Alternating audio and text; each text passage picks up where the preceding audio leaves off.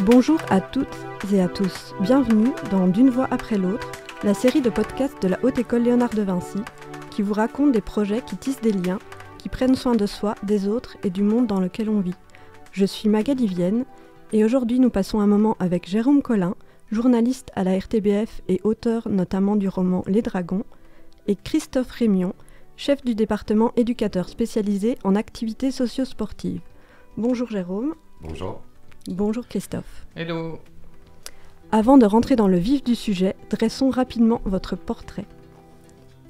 Jérôme, vous êtes journaliste à la RTBF, où l'on vous connaît comme présentateur dans Heptaxi ou Entrer sans frapper.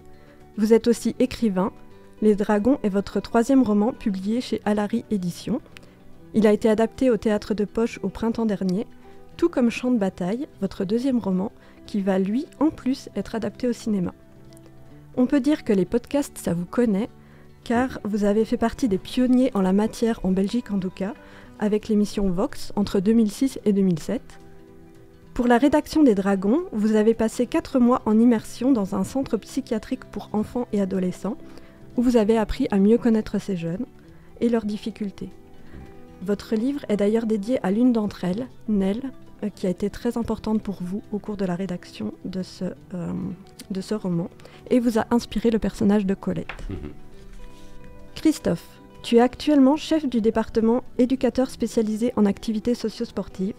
Avant cela, tu as travaillé comme éducateur spécialisé pendant une dizaine d'années dans le secteur de l'aide à la jeunesse, et tu as été enseignant tout autant de temps. Lors de ces expériences, tu as notamment vécu en Afrique de l'Ouest pour mettre en place le projet Cap Solidarité qui permettait à des mineurs belges, placés par le juge, de vivre en famille d'accueil au Bénin pendant 3 mois. Depuis de nombreuses années, tu œuvres à la reconnaissance du métier d'éducateur spécialisé et soulignes l'importance d'engager des personnes formées dans ce domaine. Tu es aussi l'un des cofondateurs de la SBL 9 mètres carrés qui travaille à la mise en place d'une exposition dans la prison de Forêt pour sensibiliser le grand public, mais aussi les professionnels et futurs professionnels du secteur, au fonctionnement de l'univers carcéral.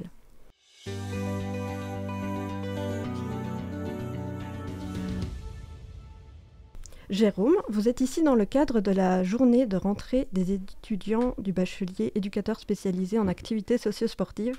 Pas facile à dire celui-là. Vous avez principalement parlé de votre expérience dans le centre, de pourquoi vous avez écrit ce roman aussi. En quoi c'est important pour vous de vous adresser à un tel public ? C'est capital parce que je pense que Les Dragons, le roman, je l'ai écrit pour les jeunes. Je l'ai écrit pour les adolescents actuels, mais aussi pour tous les jeunes qui sont en train d'entrer dans l'âge adulte, dont l'adolescence n'est pas très loin. Ils se rappellent très très bien les stigmates, ils les ont d'ailleurs encore sur le corps, et je les ai écrits pour eux en fait, Les Dragons. Donc c'est pour moi extrêmement touchant de savoir que on sait qu'il y a un problème de lecture quand même aujourd'hui chez, disons, les 15-25 ans, et savoir qu'ils lisent ce livre et qu'il y a des passeurs comme Christophe, comme vous, qui au sein des écoles font lire ce livre à ces jeunes-là, c'est évidemment extrêmement important pour moi. Et toi, Christophe, pourquoi souhaitais-tu recevoir Jérôme Collin pour cette rentrée ? Chaque année, en fait, pour la rentrée académique, des étudiants de 2e et 3e année, nous essayons d'entamer l'année par une conférence avec un invité qui peut témoigner ou délivrer un message fort en lien avec les réalités professionnelles auxquelles ou qui attendent nos futurs éducateurs. On a déjà reçu le délégué général aux droits de l'enfant, Souleymane Lagdim, ou son prédécesseur Bernard DeVos, par exemple. Moi, personnellement, en lisant le livre Les Dragons, j'ai vraiment espéré pouvoir convaincre Jérôme de venir témoigner et d'échanger avec nos étudiants sur cet univers méconnu, encore bourré de clichés, que celui de la psychiatrie et de la santé mentale. Son livre est pur et authentique et reflète, à mon sens, de façon très convaincante la façon dont les jeunes perçoivent et ressentent leur séjour en psychiatrie. Que se passe-t-il finalement dans leur tête ? Comment perçoivent-ils les professionnels qui les entourent ? Ce livre apporte aussi un éclairage et des outils pour nos futurs professionnels. Merci. Jérôme, que ce soit dans Les Dragons ou dans Champ de bataille, vous questionnez l'inadéquation de l'école par rapport au monde dans lequel les jeunes vont vivre. Vous la considérez d'ailleurs un peu comme une machine à formater, ces jeunes. Elle ressemble à quoi, l'école idéale pour vous ? Alors, moi je suis journaliste et je suis scribouillard, je dis toujours, j'écris mes petits romans. Je pense que mon rôle, c'est de rendre compte. Et je rends compte de ce qu'est l'école pour le moment, à savoir une école que je dis toujours, c'est l'école des cavernes, parce que c'est l'école de la révolution industrielle. On fait l'école pratiquement comme on la faisait il y a un siècle. C'est absolument effrayant. On demande à tous les enfants d'avancer à la même allure, d'avoir les mêmes capacités. Et on parlait d'école, je pense que c'est une école qui détruit aussi inévitablement, parce que c'est une école industrielle. C'est-à-dire qu'on est à un niveau industriel d'éducation et on sait que les niveaux industriels ne produisent pas les meilleures pièces. Et c'est un petit peu navrant, parce qu'en fait, la vérité, c'est qu'on passe sur les 18 premières années de notre vie, on en passe 15 à l'école, et on sait combien ces années sont fondatrices. Et aujourd'hui, quand même, je vois en psychiatrie, et je vois autour de moi aussi, qu'il y a des choses à faire. C'est-à-dire que les sciences cognitives sont quand même passées par là depuis un siècle. On sait des choses maintenant. On sait qu'un enfant ne peut pas se concentrer plus de 25 minutes de suite, par exemple. On continue de faire 1 heure de cours. On sait qu'ils ont tous des capacités différentes et pourtant on leur demande encore à tous d'avancer à la même allure. Et la chose qui me surprend peut-être le plus avec l'école, quand on est plus petit, en primaire ou en humanité, c'est que on va 8 heures à l'école, assis sur un banc, alors que les sciences cognitives ont bien prouvé qu'il fallait qu'on bouge pour oxygéner notre cerveau. C'est l'incapacité de l'institution à entendre la science qui m'inquiète un petit peu. Et on voit des enfants qui passent 7-8 heures assis sur un banc, qui rentrent chez eux et qui font des devoirs pendant 2 ou 3 heures. Ça arrive. Et donc, on est en train d'accepter complètement une société qui fait travailler les enfants plus que leurs parents. C'est-à-dire qu'aujourd'hui, moi j'ai plein d'amis, les enfants bossent plus que les parents. Des enfants de 15 ans. Moi je trouve pas ça normal. Je pense qu'il faut laisser le temps à l'ennui, à l'enfance, et que là, il y a quand même une espèce de pression qui est mise sur les jeunes quand ils sont petits, pas du tout dans l'école supérieure. Vraiment, dès le primaire et le secondaire, il suffit de voir la panique que crée dans les familles cet examen de 6e primaire là, qui fait la une de tous les journaux. C'est leur meilleure vente de l'année, chaque année. Le soir, sa meilleure vente de l'année, c'est quand il dit « Faites réviser votre enfant sur le CE... » Le CEB. Le CEB, exactement. C'est la meilleure vente de l'année. Absolument dingue quand même. Ça montre la pression qui est mise sur l'enfant finalement, par l'école, par sa famille, par lui, et finalement par lui-même. Donc l'école idéale, je ne sais pas à quoi elle ressemble. Alors il y a des grands traits qui sont la bienveillance et pas de malveillance, ce serait déjà bien. Or, c'est une institution avec des milliers de personnes, donc il y a des instituteurs malveillants, ça existe, j'en ai rencontré, mes enfants en ont rencontré, et pratiquement l'intégralité des enfants que j'ai rencontrés en psychiatrie en ont rencontré aussi.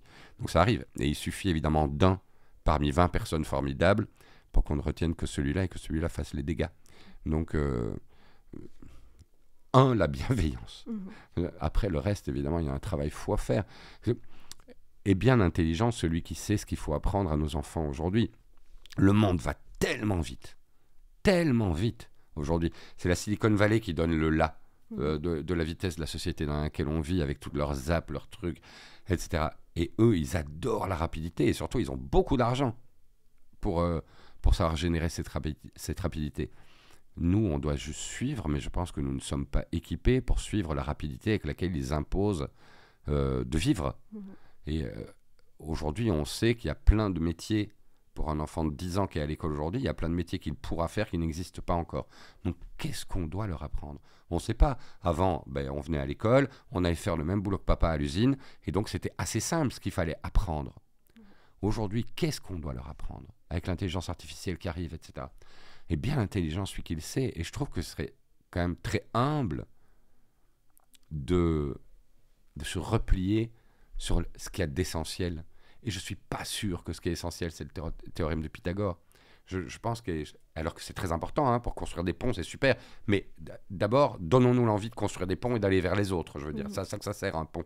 Et donc, comment on fait pour être ensemble, vivre ensemble, rêver d'une autre société, trouver un idéal commun, etc. Je trouverais ça joli. Il y a un formidable proverbe persan qui en fait, était le proverbe perse qui expliquait comment on éduquait un enfant dans la Perse. Et ce proverbe tient en 3 toutes petites phrases, et elles sont sublimes. C'est monter à cheval, tirer à l'arc, dire la vérité. Et les Perses, en fait, éduquaient leurs enfants selon ces 3 préceptes. Et je les trouve absolument formidables. Donc moi, j'adorerais qu'on consacre les 6 premières années d'études primaires à trouver ces 3 petites phrases à soi. En 6 ans, on va y arriver.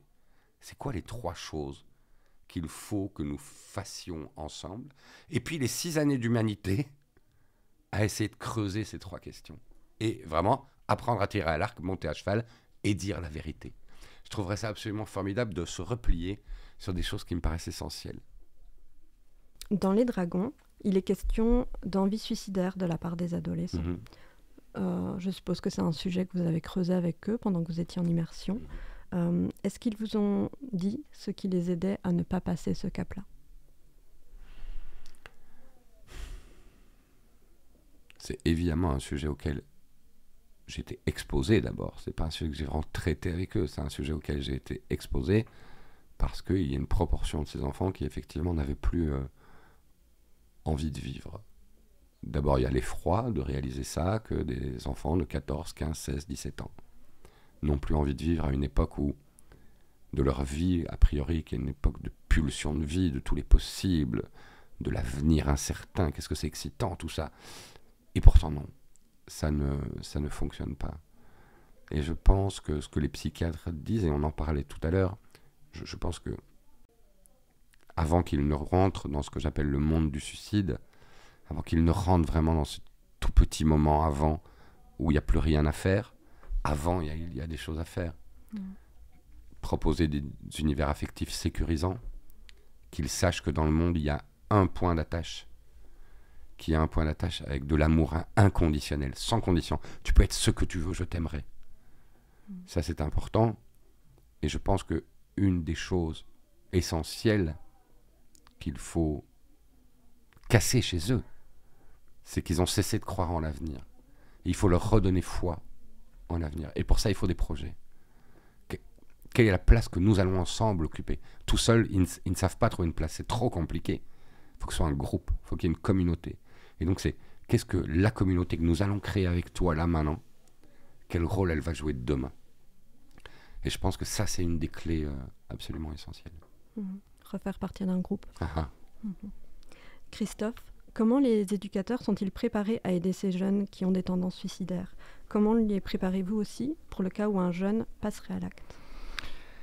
Je crois qu'on ne prépare jamais assez nos étudiants en fait, face à ces questions qui sont complexes et qui nécessitent de la part du professionnel de nombreux savoir-faire et savoir-être. En fait, la gestion de ses propres émotions, par exemple. Mais il s'agit, à mon sens, avant tout, de savoir observer et d'être à l'écoute, d'avoir une bonne présence, d'être là à 100%. C'est pas le moment d'envoyer des SMS ou des messages WhatsApp, parce qu'il faut entendre, observer, comprendre et interpréter les signaux qui nous sont renvoyés par ces bénéficiaires dont on a la charge, sans les juger. Que nous disent ces personnes par leurs gestes, leurs attitudes, leurs regards, leurs actions, leurs paroles?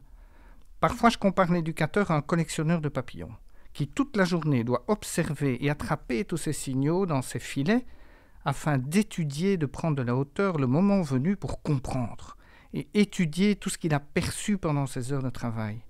Et cela, à mon sens, ça se fait notamment en équipe. L'éducateur ne travaille pas seul. Et la force, c'est aussi ce regard croisé, ce regard pluridisciplinaire qui nous aide parfois à mieux nous décaler. Pour ça, il faut aussi être capable de rendre compte à l'autre et de ne pas avoir peur d'appeler à l'aide si nécessaire. Il ne faut pas faire cavalier seul, L'éducateur n'est pas un super-héros. Pour tenir dans la durée, il s'agit aussi de trouver cette juste place, cette bonne présence, pour ne pas se laisser submerger. En cas de suicide, par exemple, comme le mentionne ta question, c'est souvent perçu comme un échec personnel. Qu'est-ce qu'on a raté? Qu'est-ce qu'on n'a pas vu? Qu'est-ce qu'on aurait pu faire? Si on est en phase avec sa conscience, si on a fait son mieux, il faut accepter qu'il y a une part de mystère et d'inconnu, L'humain, ce n'est pas une science exacte. Donc il faut être bien entouré sur le lieu professionnel et avoir des bulles de décompression, avoir une vie saine, Christophe, comme le montre Jérôme dans Les Dragons, la culture, et dans ce cas la littérature, permet de jeter des ponts entre les adolescents, peut les aider à trouver des réponses à leurs questionnements ou des amis, comme dit Colette. Quelle est la place de la culture dans la formation ? C'est une question fondamentale, j'ai envie de dire indispensable. La culture, elle permet de s'instruire, d'aiguiser son regard critique, sa prise de recul. Nous, on essaye d'apprendre à nos étudiants à croiser leurs sources, par exemple. Mais c'est un combat du quotidien, parce qu'en termes en fait, de lecture, par exemple, les jeunes qui nous arrivent n'ont souvent pas été élevés en fait, dans la culture des livres, mais plutôt avec leurs iPhones, quoi. La taille d'un article, grosso modo, ne peut plus dépasser la grandeur de la taille de leur portable. Donc c'est vrai que c'est un vrai challenge pour nous. L'organisation des horaires et des cours rend aussi de plus en plus difficile l'organisation de sorties externes. Cette année, un enseignant a programmé une sortie à Paris, au musée de l'immigration. Et l'année passée, nous sommes allés visiter le fort de Brendong, où des milliers de Juifs ont été exterminés. Mais on y travaille chaque jour. C'est l'une des clés, c'est la culture, c'est évident. Et est-ce que ce serait un raccourci trop facile de dire que dans la formation, le sport peut aussi jouer ce rôle de lien ? Le sport, c'est un formidable média que nous mobilisons. C'est un outil qui permet à nos éducateurs d'entrer, j'ai envie de dire, plus subtilement en contact avec leurs bénéficiaires pour créer du lien, rompre la carapace en fait, gagner leur confiance. C'est une belle porte d'entrée, le sport. Et c'est justement ce lien et cette confiance qui sont indispensables pour accompagner le bénéficiaire. C'est les fondations, en fait, sur lesquelles l'éducateur s'appuie ensuite pour avancer dans les démarches qu'il co-construit avec la personne, qu'il accompagne et qu'il essaye de faire grandir. Jérôme, qu'est-ce qui a aidé l'adolescent ou le jeune adulte en colère que vous étiez à la surmonter et à trouver sa place dans le monde ? Beaucoup de choses, je crois. On parlait des livres, probablement les livres, où j'ai trouvé des amis, comme Colette. Ça a été très clairement mon cas quand j'étais un jeune adolescent. J'ai aussi compris qu'il y avait autre chose que le petit village dans lequel je grandissais, qu'il y avait d'autres réalités, que les gens ne vivaient pas partout comme moi je vivais là-bas. C'était important. Donc découvrir le monde par les livres d'abord, et ce qui m'a donné envie de le découvrir par moi-même après. Ça a été quelque chose d'important. Et puis des rencontres, tout simplement, des rencontres avec un professeur important, puis des rencontres avec des amis, un groupe d'amis, et puis des rencontres avec des amoureuses aussi, et puis une amoureuse plus importante que les autres, et avec laquelle j'ai décidé de fonder une famille et de faire ma vie jusqu'ici, en tout cas. Donc c'est évidemment tout ça qui est fondateur et qui nous projette dans l'avenir, en fait, parce que la colère, elle est toujours là. Moi, je suis toujours en colère contre tout, encore aujourd'hui, sauf que j'ai appris à la gérer, à pouvoir vivre avec les autres, etc. Mais ça crée de l'anxiété, évidemment, la colère chez moi. Donc, un peu des hauts et des bas de temps en temps. Mais c'est marrant parce que ma femme me demandait récemment, t'en as pas marre d'être anxieux comme ça et d'être inquiet de tout et de craquer des fois. Tu voudrais pas que ça s'arrête. Et non. En fait, j'aimerais pas. J'aimerais pas que ça s'arrête. Parce que c'est absolument constitutif de ce que je suis. Je ne voudrais pas vivre sans cette chose-là en moi, parce que du coup, j'écrirais pas de livre. Elle vous aide à avancer, la colère ? Elle est constitutive. Non, je pense que des fois, elle est très handicapante, mais elle est constitutive de ce que je suis. Et sans ma colère ou sans mon anxiété et sans mes terreurs, il n'y aurait pas les dragons, par exemple. Et donc, c'est constitutif de moi et je suis d'accord d'avoir ça dans mon sac. Et puis parfois, elle peut apporter de la joie aussi. Bien sûr, c'est ça qui fait du relief. Merci à tous les deux d'avoir pris quelques minutes dans votre emploi du temps plus que chargé pour répondre à nos questions. Pour conclure cet épisode, nous avons choisi un extrait du livre Les Dragons, dans lequel Colette explique pourquoi elle a choisi de parler de ce qu'elle ressent à Jérôme. Alba nous le fait découvrir. J'avais besoin de quelqu'un qui puisse entendre mon histoire sans me juger. Tu pourras peut-être la raconter un jour. C'est important, je crois, que les gens puissent entendre ça, que des enfants souffrent vraiment, que ce n'est pas juste l'adolescence, que c'est une vraie souffrance. Peut-être que ça fera du bien des parents, et peut-être que ça fera du bien des enfants aussi. Merci à toutes et à tous de nous avoir écoutés. Merci à vous Jérôme. Merci. Merci à toi Christophe. Un grand merci à vous. Pour ce chouette moment d'échange. Toutes les sources ou infos pratiques dont nous avons parlé sont disponibles en description. Nous nous retrouvons dans un prochain épisode. Aidez-nous à faire connaître les voix de Vinci en partageant ce podcast. Merci à vous. Merci Jérôme.